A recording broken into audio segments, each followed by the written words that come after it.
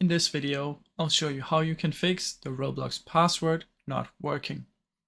Now first, what you want to do is you want to head over to Roblox and click the login button. Now, if your password is not working, what you need to do is you might want to reset your password. So first, what you want to do is you want to click on Forgot Password. And from in here, you want to select the password. Now type in your email that you want to receive your password to. And this is the email that you have signed up with your account.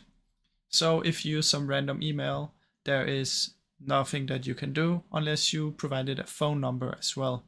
So what you can do is you can type your email that's associated with your account, and they will send you an email with a password recovery link.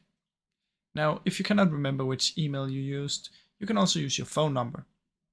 Now keep in mind, this will only work if you have connected your phone number to a Roblox account. Now click on either of these and they will send you some instructions on how you can get your password back. Now that's basically it, guys. There's not really much more to it.